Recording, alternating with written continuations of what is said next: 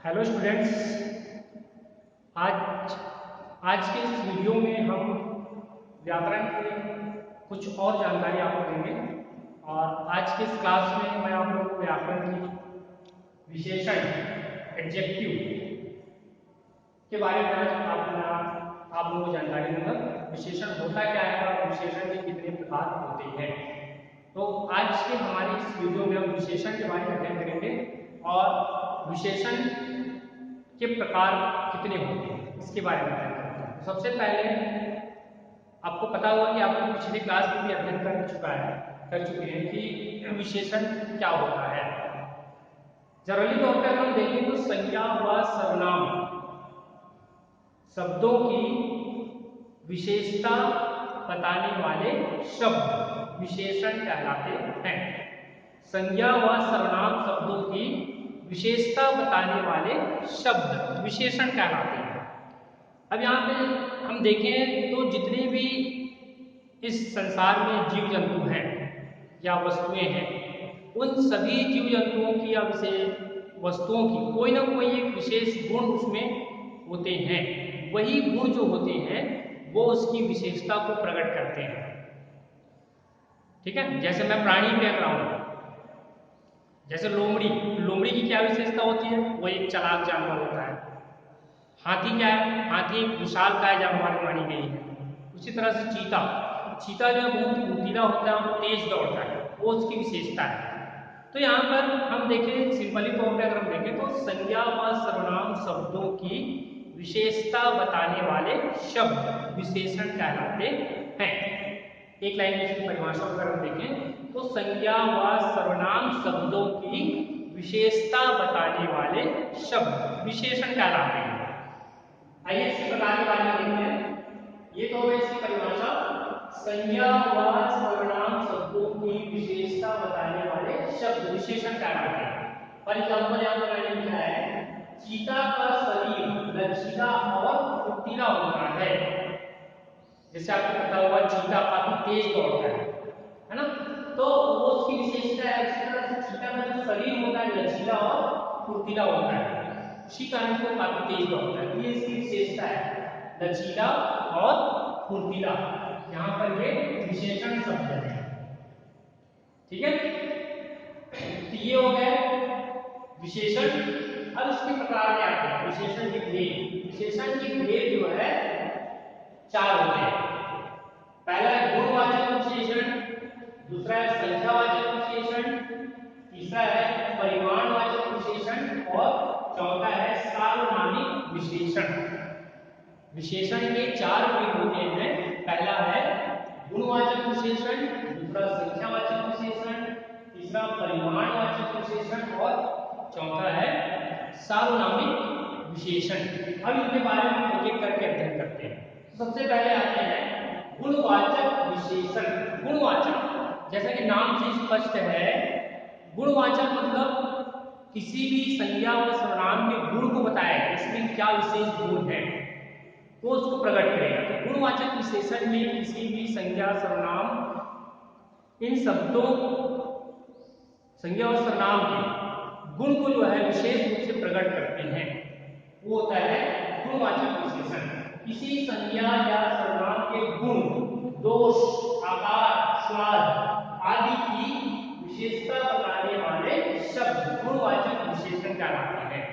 संज्ञा व सर्वनाम के आकार, उसके गुण, उसके दोष और उसके स्वाद आदि की विशेषता बताने वाले शब्द गुणवाचक विशेषण कहलाता है। एग्जांपल यहां पर देखिए, यासुकी चांद के हाथ पैर कमजोर थे।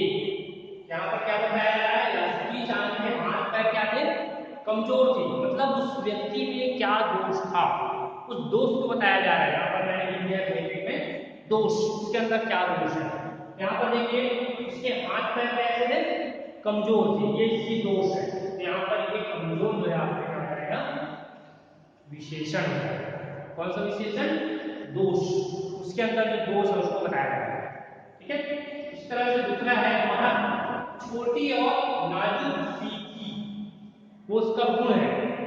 महक जो लड़की है वो बहुत छोटी और नाजुक सी थी। तो यहाँ पर इसके गुण को बताया जा रहा है कि उसके अंदर क्या गुण है। ठीक है, इसी तरह से सामने ऊंची कुतुब मीनार खड़ी थी।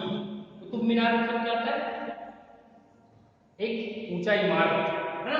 तो कुतुब मीनार जो है खड़ी थी, मतलब उसका आकार को बताया जा रहा है, उसकी ऊंचाई कितनी थी, है ना।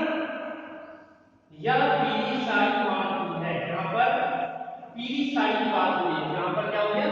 रंग के बारे में बात हो रही है। उस साड़ी का रंग कैसा था? पीला था।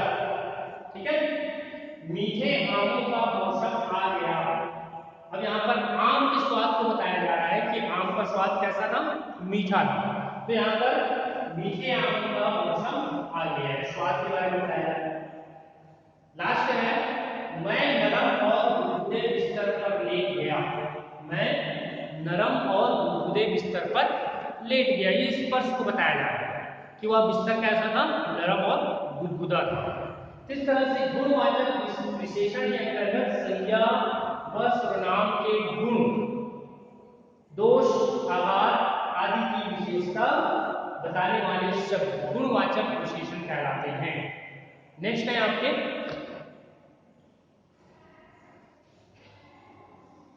गुणवाचक विशेषण के योग है, और इसके ये आपके उदाहरण है। इसमें आप समझ सकते हैं कि क्या क्या गुण को इसमें बताया जा रहा है, इसके ब्रैकेट भेज दिया, इसमें क्या क्या गुण है। ठीक है, नेक्स्ट एग्जांपल है इसके विशेषण के दूसरे प्रकार आपके संख्यावाचक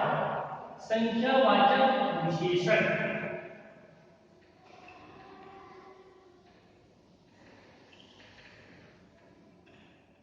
संख्यावाचक विशेषण में क्या होता है? देखिए, दूसरा प्रकार आप पढ़ेंगे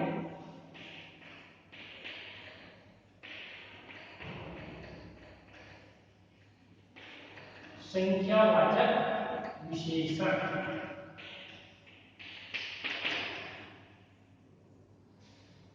इसमें किसी संज्ञा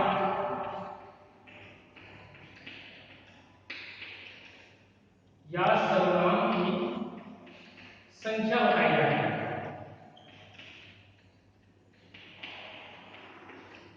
किसी संज्ञा या सर्वनाम की संख्या बताई जाती है।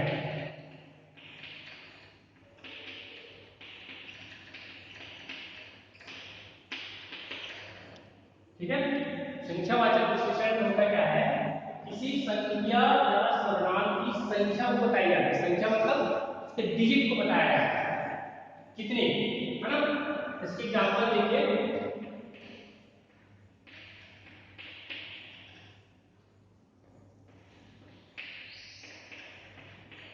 प्रदीप ने एक गीत लिखा।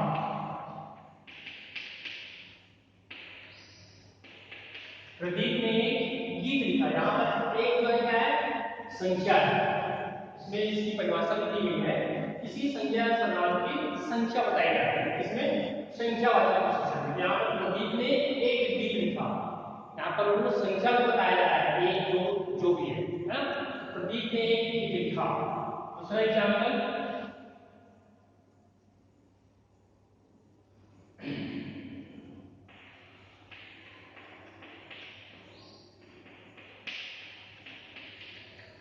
लता मंगेशकर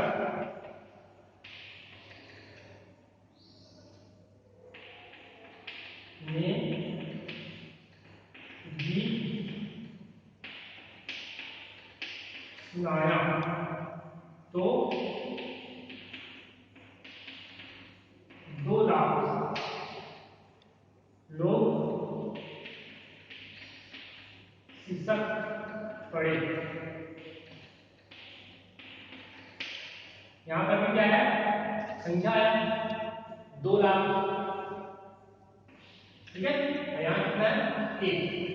तो इस तरह से संख्यावाचक विशेषण क्या होता है? किसी संख्या व सर्वनाम की संख्या को बताई जाती है। जैसा कि पहला एग्जांपल हमने देखा, प्रदीप ने गीत लिखा। दूसरे एग्जांपल में लता मंगेशकर ने गीत सुनाया तो 2 लाख लोग शिक्षक पढ़े। इस तरह से संख्यावाचक विशेषण में संज्ञा व सर्वनाम की संख्या को बताई जाती है। ठीक है, नेक्स्ट है इसके परिमाणवाचक। परिमाणवाचक विशेषण।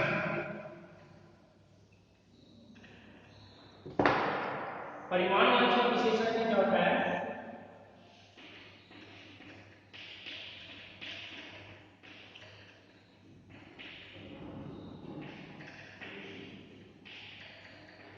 परिमाणवाचक विशेषण संज्ञा या सर्वनाम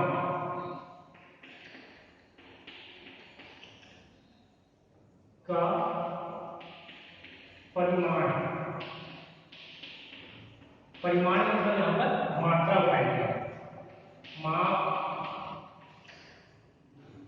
माप तोल या मात्रा बताते हैं।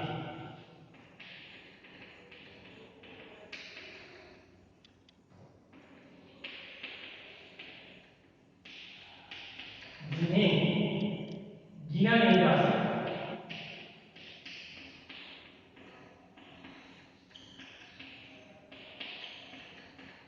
जिन्हें गिना नहीं जा सकता। ठीक है, जैसे एग्जांपल देखिए, 1 लीटर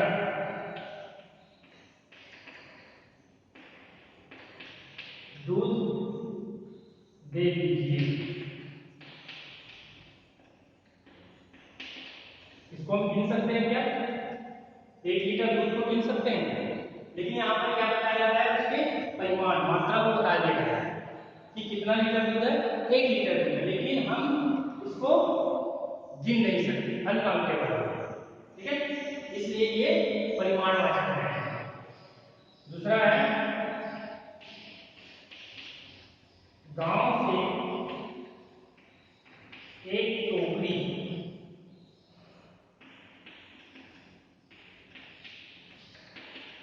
भर आम आए हैं।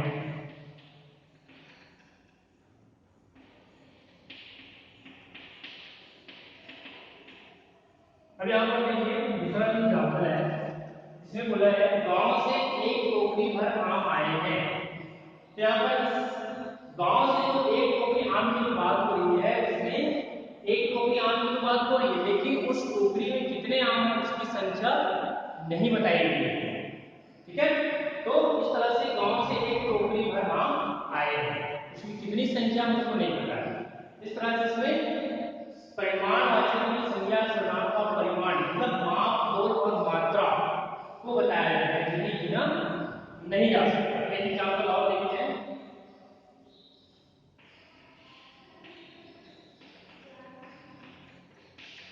आपसे कुछ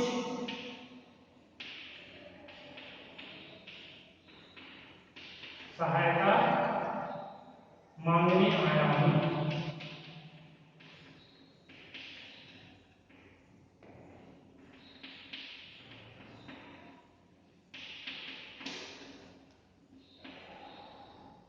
यहाँ पर देखिए तीसरा एग्जांपल है, आपसे कुछ सहायता मांगने आया हूं। यहाँ पर हम सहायता तो मांग रहे हैं, लेकिन क्या उस सहायता को हम जो है काउंटिंग कर सकते हैं?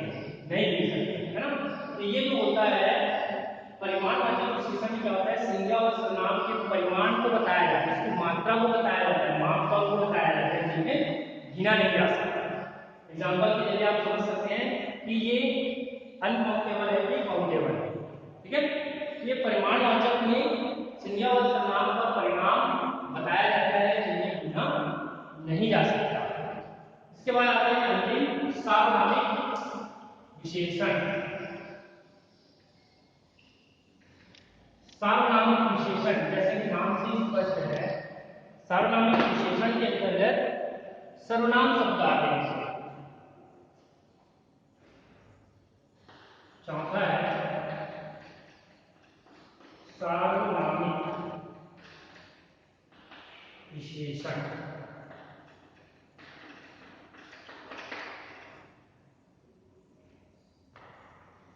पुरुषवाचक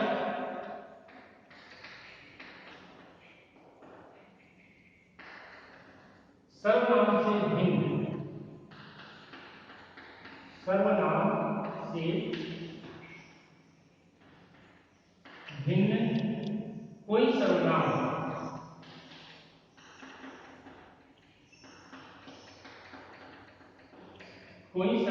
किसी संज्ञा की विशेषता बताए।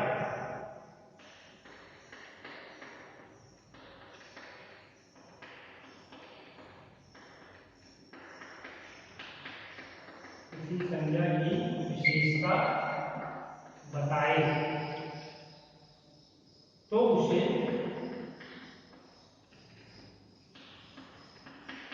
सार्वनामिक विशेषण कहते हैं।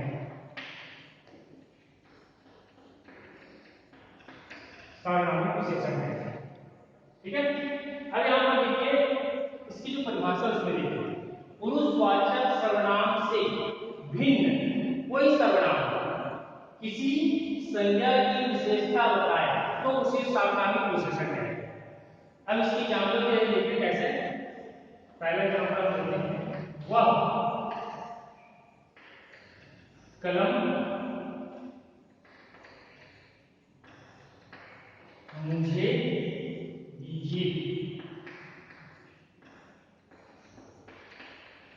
दूसरा एग्जांपल, उस घर में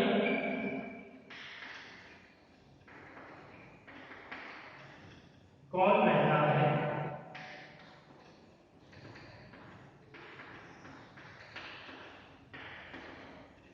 तीसरा एग्जांपल, इस नदी का नाम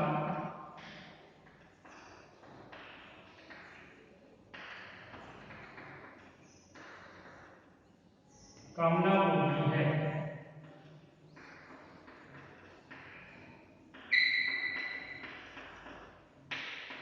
ये तीन एग्जांपल मैंने दिए, देखिए इसमें क्या क्या है।